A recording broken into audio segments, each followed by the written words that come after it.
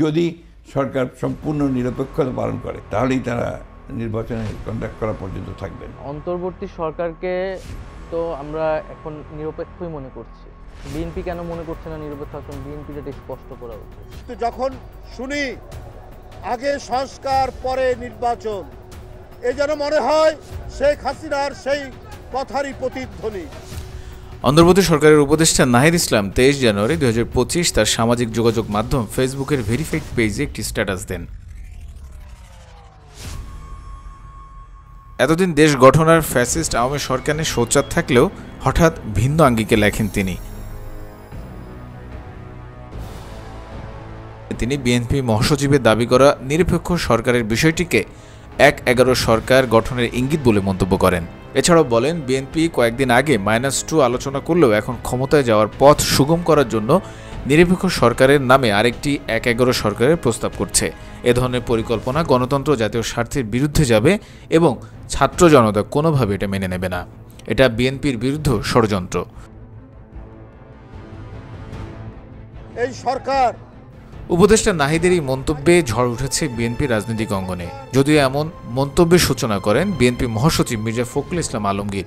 আন্তর্জাতিক গণমাধ্যম বিবিসি বাংলাকে দেয়া একান্ত সাক্ষাৎকারের এক প্রশ্নের উত্তরে মির্জা ফখরুল বলেন, যদি অন্তর্বর্তী সরকার পূর্ণ নিরপেক্ষতা পালন করে তাহলেই তারা নির্বাচন পরিচালনা করা পর্যন্ত থাকবে, তা না হলে তো নিরপেক্ষ সরকারের প্রয়োজন হবে। ছাত্ররা তারা একটা রাজনৈতিক দল তৈরি করার কথা চিন্তা করছেন, সেখানে যদি আপনার ছাত্রদের প্রতিনিধি সরকারে থাকে তাহলে তো আপনার সেখানে নিরপেক্ষ থাকতে পারবে না। যদিও বিবিসি বাংলাকে দেয়া একান্ত সাক্ষাৎকারে অন্তর্বর্তী সরকার নিরপেক্ষ কিনা তার স্পষ্ট ব্যাখ্যা দিয়েছেন উপদেষ্টা নাহিদ। একই সাথে অন্তর্বর্তী সরকার নিয়ে বিএনপির দাবি করা মন্তব্যের সুস্পষ্ট ব্যাখ্যারও আহ্বান করেন। 11 এবং -2 এর আলাপটা কিন্তু সর্বপ্রথম বিএনপি রাজনীতির মাঠে এনেছে বেশ কিছুদিন আগে। বিএনপি কেন জানি মনে করে যে এই সরকারটা হয়েছে কেবল একটা নির্বাচন দেওয়ার জন্য, এবং এই সরকারকে তারা যে নির্বাচিত বলে না, আসলে এটাও একটা ভুল বক্তব্য। কারণ একটা সরকার যদি নির্বাচনের মাধ্যমে পট পরিবর্তন হয় তাহলে একটা নির্বাচিত সরকার একটা দেশে আসে। তো সরকারটা নির্বাচনের মাধ্যমে পট পরিবর্তন, ক্ষমতার পট পরিবর্তন হয় না, হয়েছে গণঅভ্যুত্থানের মাধ্যমে। ফলে গণঅভ্যুত্থানের সমর্থনে একটা সরকার আসছে একটা ইন্টেরিয়াম সময়ের জন্য, যেই সময়ে তারা বিচার, সংস্কার এবং নির্বাচন করবে। অন্যদিকে বিএনপির জ্যেষ্ঠ যুগ্ম মহাসচিব রুহুল কবির রিজভী প্রশ্ন তুলেছেন, নির্বাচন নিয়ে সরকারের এত গড়িমসি কেন? একই সাথে তিনি বলেন, যখন শুনে আগে সংস্কার পরে নির্বাচন, এ যেন শেখ হাসিনার সেই কথারই প্রতিধ্বনি, আগে উন্নয়ন পরে গণতন্ত্র। এই সরকার নিরপেক্ষতার সাথে দায়িত্ব পালন করবে। এই সরকার গণতন্ত্রকে শক্তিশালী করার জন্য সকল পদক্ষেপ গ্রহণ করবে।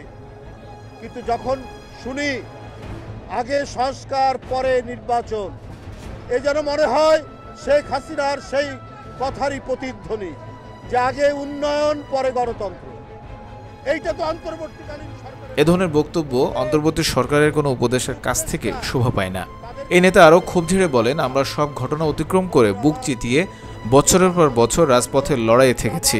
কোনটাকে সমর্থন করতে হবে আর কোনটাকে নয়, আর কোন বিষয়ে কথা বলতে হবে, এটা আজ উপদেষ্টারা দেশের প্রাজ্ঞ রাজনীতিবিদদের শেখাবেন। ভয় দেখান যে 1-11 পুনরাবৃত্তি হবে, কোনটাকে সমর্থন করতে হবে আর কোনটাকে নয়, আর কোন বিষয়ে কথা বলতে হবে, এটি কি আজকে উপদেষ্টারা দেশের প্রাজ্ঞ বিজ্ঞ রাজনীতিবিদদেরকে শেখাবে? 5 আগস্ট দেশে গণঅভ্যুত্থানের পর রাজনৈতিক পট পরিবর্তন ও দেশ গঠনে নড়েচড়ে বসেছে ছোট বড় রাজনৈতিক দলগুলো। নির্বাচন ঘিরে নিজেদের ঘর গোছাতে যখন ব্যস্ততা বেড়েছে, তখন সব পক্ষের এমন রেষারেষির বিষয়টি আগামী নেতৃত্বে কোনো ছেদ ধরাবে কিনা তা নিয়ে চিন্তিত সাধারণ মানুষ।